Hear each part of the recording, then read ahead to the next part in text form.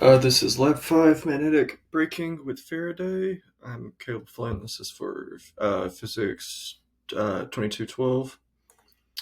For the introduction, the purpose of this lab is to observe the interaction between a bar magnet and an aluminum foil tube and understand the relationship of Lenz's law and Faraday's law as it applies to magnetic flux. The results from this lab is average time after 5 trials was 2.13 seconds, and the time from the computational model was 3.569 seconds. So some fundamental physics for this includes the magnetic flux formula, the Ohm's law formula, which is V equals IR, and the force on a loop formula, which is shown there right there at the bottom.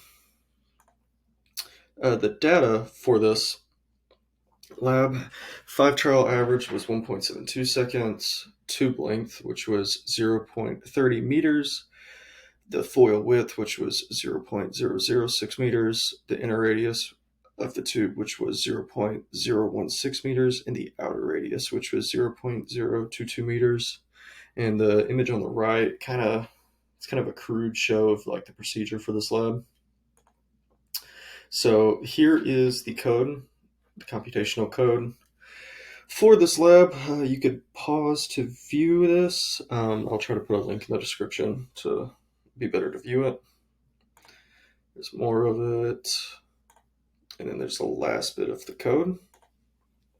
So after running the test, these are the computational results, image shown on the left, and the velocity versus time graph over on the side. As you can tell, it starts really high, dips down, comes back up, and then just stays stagnant for a while, and then slowly dips back down.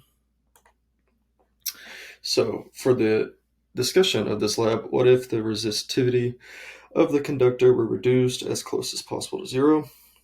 My throat's dry. How would the dynamics of the falling magnet change?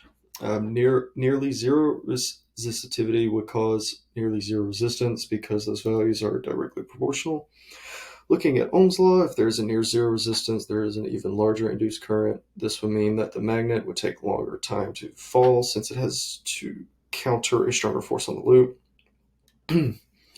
What if holes or slots were cut into the tube? How would this affect the ring currents in your model? If holes or slots were cut into the tube, would interrupt the flow of the ring currents, causing them to just decrease in value. And once again, because of Ohm's law, the opposite as the situation above would occur. Less force means less time for the magnet to fall through the tube.